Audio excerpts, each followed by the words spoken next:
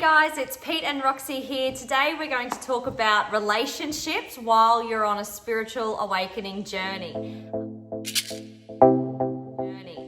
So there's two key topics that we want to talk about, and that is firstly talking about how we treat one another in our relationship and some tools and key takeaways that you could implement in your relationship. And secondly, getting intimate in your relationship. Wow. So we hope you like this video. If you like it, please like it and subscribe to hear from us a little bit more.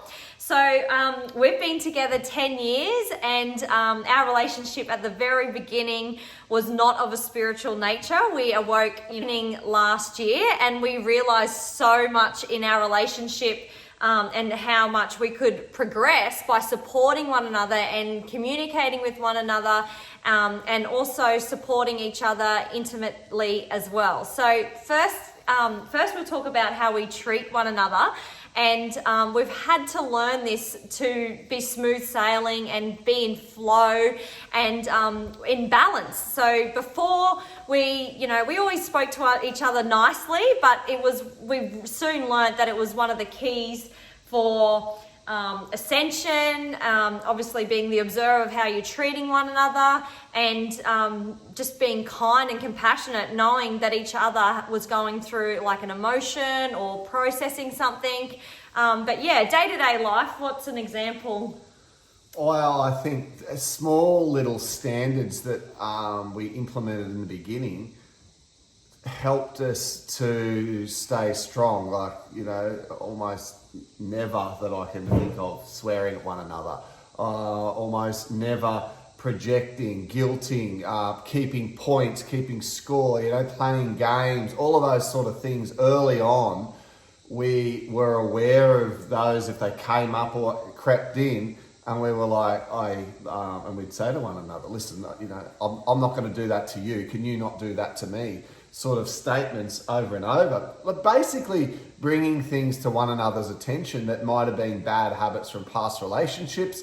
They might have been examples that our parents gave us of how they dealt with one another, particularly when you're irritated and when you're stressed and tired and hungry, in my case, whatever it might be, right? You're like, you got to feed your husband when he's hungry. And, it's in those moments where you yourself feel irritable and you want to lash out that it takes discipline and it takes being aware to be able to realize that and not pick at your partner or want to have a little go at them or a little dig is the best word. Constant digging. I'm sure all of us, right, you've been at a party or a social get together and you've seen that couple that run one another down all night long. It's like she's going, oh, he's terrible and he's this and he's that and he never helps me around the place, and he's going, oh my God, I snags and this and that and the other, and you sit there like, we don't do that. So I noticed that straight away. In fact, we look at one another and just go, ugh. Well, especially now that we're so conscious and in our conscious now moment, when a couple is going at each other, like when we come to a barbecue, be like, oh babe, do you want a drink? Like so kind and nice. And that's what I just love about our relationship. We're just so nice together. And then when you see it and you're conscious and someone else is being so mean to one another, like, you drive tonight. No, I want to drive. Or you get the kids out of the pool. It's your turn. Like, this is like, oh my God, it's just sending out this horrible vibration. And, I don't know if any other couples are aware of it as much as us, but it's so damaging when you speak to one another like that. It's not giving a good example to your children or the other parents, and also it can stain the relationship for a long time. So be super careful about how you speak to one another, how you run. If you're running one down, don't keep tallies on the board of who went out the most lately. And also be mindful of if you've got children, and workers, and who's weighing in the most with that load, because the children can be very demanding, and I know that when you work it can be very demanding. So finding that balance but not keeping tally is a key thing. Because certainly now, when we're working on things, and if I know Roxy's needs time. You know, if I feel like, right, I got to take the kids and get out of the house and leave her alone for a couple of hours so she can, you know, have a good cry or have a meditate, have a long hot soak in the tub, just get or my listen to thoughts. music, or do whatever it is you need to Your do. thoughts. I don't have a problem at all with that. It's, especially when I know she comes to me and she goes, "Hey, listen, can you like take it for a drive, go do something, because I need some time. I'm feeling like I'm going through something." It's actually just not a problem at all. And of course, I don't go, well, like, you had 2 hours to yourself, so now I want 2 hours to myself. That actually seems like so petty. We're when a I team. hear people talk We're like a that. team, yeah. Oh, really? It's a team effort, and that's, you know, the balance of the masculine and the feminine is a balanced team effort in the house. And it's also like communicating with one another, especially on this path. You can get triggered just like that. And you go, what the hell's going on? I mean, now we are starting to come out of those like crazy times of clearing emotion. We've been doing a lot of work this year, and we're finding that it's kind of in a good flow now. Like if we feel something coming, we get the knowing around it, and it kind of moves, the energy moves quite fast. Because we've got the tools and we know how to deal with stuff. But in the beginning, it was super hard, like one up, one down, or we're both down. We've got kids, businesses. So we had to communicate and make sure that we were telling each other how we were feeling. So, and telling each other that it wasn't them, or, you know, it wasn't them, they weren't the problem. It was something in here that like I needed to work through, not him. You know, he might have been the trigger, but realizing the masculine triggered, and whatever emotion was behind that, I would go into it myself, not play the game of blame game and yelling and attacking. That's all reaction of an emotion deep inside of your soul, your consciousness, and your subconscious. So if we were to summarise the first part, we'd say be really careful of the patterns and the habits that you incorporate into your relationship, because they could be destructive. So if you were doing a review, if you are in a moment where you actually go, you know, I don't feel like we're going too well in this relationship, or we're in a bit of a dip period, think about the habits that you've brought in, because your partner's going to be on the same page. I mean, you treat people as you want to be treated, so fair is fair, and helping one another together to grow, to be better, is an absolute blessing. But if you're on the path alone, so if you're in a relationship and you alone are starting to want to grow and develop, but your partner's not interested in, you know, spiritual stuff, they're not into any of that, then all you can do is be the light. All you can do is be the example, and be very aware not to push your will or what you think might be right for them onto them. Best be the example of that. Be the observer. And then have them get interested. Say, oh, wow, I'm noticing this. Or, oh, I see this, or I see that. In how you treat the kids, on how you give them space, your time, you're slow to anger, you're patient, understanding with your partner and with the children, or with frustrating family members, or etc. in lots of different situations. All you can do is do the work for yourself and have others see how that transfers through to your own happiness and your ability to stay on task. But sometimes it can be hard. Make a point there. It's like inevitable that your wife or your husband will follow you on this journey, because when you elevate, the energy is supportive of what you're with. So the people around you, when you're elevating and raising your frequency, it's going to naturally draw in people into that frequency, and they will elevate with you, whether they know it unconsciously or not. They will draw up with you because of your hard work. So don't think it's never going to happen. It will. It'll just take time, and just be the observer of that process. So with this next section, when you take all the things we were talking about there, the examples that get brought into the relationship in terms of how you treat one another, whether you keep score or not, whether you're supportive, building one another up, or constantly drawing one another down, all of that influences the physical intimacy side of the relationship. Because if there are all these other little issues going on, and then someone all of a sudden says, hey, how about it? And there's been a whole day of... Yeah, especially for some women. I know that, you know, they might be at home with the kids through the week, their husband work, which is totally good, but they go to the pub, 3 times straight after work, straight to the pub. They don't come home to their wife, to their kids. So, and then they go on a boys' trip all weekend, and the wife is still left with the kids, and the husband comes home and says, oh, how about it?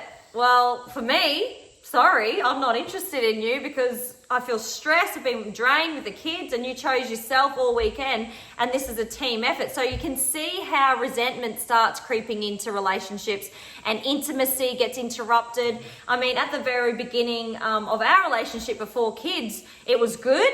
And then I had the kids, and I don't know, my libido was dropped, and we started working on these emotions and realizing that damage from your childhood can affect your sexual intimacy with your partner. Like you might have resistance there because of the way you were treated, both for masculine and the feminine and females. A lot of people have been sexually abused as children. It's very common, more common than you probably think. And it's time for change. It's time for healing. It's time for people to speak up and be brave enough to speak about their trauma and start going, no, that's not okay. And I will be protective of where my children go, because people can't be trusted. And this is a thing, and it's very common. So that was one of the factors for me when I was working through some root and sacral injuries from my childhood of being sexually abused. It stopped me from being touched by Pete in some circumstances. And, I had to work through that. And now we're through that. It's like the best intimacy after 10 years, hey? It's amazing. Because we've cleared the density, we've cleared the emotions away. And now we're back to purity. We're back to the original soul, so to speak, without all the damage in our field, without all the specks of damage in our subconscious. We've cleared the subconscious, the old programming, and now we're good to go. Well, because when you are cranky and irritable, you snap at one another, or you play the games and run one another down, or keep score, and all the things we're talking about, all of that is a manifestation of emotional injuries in yourself. There are things in yourself that aren't healed, and as a consequence, you lash out at another as a response to that. Usually the people you love the most, you can be really hard on, and people are hard on their kids, or they're hard on their, brothers and sisters and parents and immediate family. They often cop it. They get spoken to terribly because the person is actually hurting inside and they're damaged. When the person heals, when the person is a better version of themselves, and you hear this, but the reality of it is, when you actually are a better version of yourself, you are then a more present, more caring partner, or father, or son, or daughter, or brother, or sister, or you get the idea. You're better for everyone, not just for yourself. So guys, that is the challenge of doing the work on yourself, and then how that transfers then over to your relationships and your ability to become aware of the habits and the treatments within that relationship, and then to let you know that this transfers over also then into the intimacy side of your relationship as well, because when you are more pure and you are naturally sparky and happy and high vibe, what goes along with that is all the good fun stuff you do when you're high vibe, right? Yeah, and now realizing that we're here for an experience on earth in these physical bodies, we laugh all the time. We're going, oh, well, we better make the most of it, hey, and have all that fun stuff. And it's great now that we've worked on ourselves. It's actually enjoyable. And I know a lot of women find it hard to get through this process, and that intimacy, it's like a chore for some people, because I know I've been there, and I'm happy to explain our process and share our process and share, by working on yourself and clearing those emotional injuries, it does bring us closer together, and and we learn how to communicate and be more intimate with one another, and it's just fun. It's more loving, connected, and pure, and it's the divine. That's what the divine always wanted for this experience, this experiment on earth, for the masculine and feminine to be in a loving relationship. You have to build the relationship foundation first before, wealth comes, before profound comes, before higher intelligence, before ascension comes. How is it ever going to be pure and beautiful if it's not built those foundations firstly and grow up from there? You see a lot in today's society. People have all the wealth, but a horrible relationship at home. They work really hard, and they have a terrible relationship. They, have all this money and they're not happy really. Like, it's just a full-on facade that they have the pretty house with the pretty, picket fence and stuff. But that's the old. The new is building the foundation with your loved one first, and then exploring and sharing the life journey together. So guys, what we want is to give you the best we have today in terms of what we've gone through, what things we've made an effort to change, so that you can start being aware of things that may be patterns in your relationship, and also ways to think about how, if your relationship isn't as close as you'd like it to be, how you can work on it and improve as well. As always, we're going to keep putting out videos for you every week on different topics, helping you with your spiritual awakening journey and the process of raising your vibration as we move towards this time of bringing ourselves out of 3D life and living in 4D, and how to manage that and kind of make sense of it so that we can strive towards reaching higher intelligence, being more connected to the divine and the wonders that come along with 5D. The magical wonders, how exciting. Profound magical wonders. So we hope you liked the video. If you like it. And if you want to hear more from us, please subscribe. If you have any questions at all, please email us. And we love you and wish you a beautiful journey. Bye.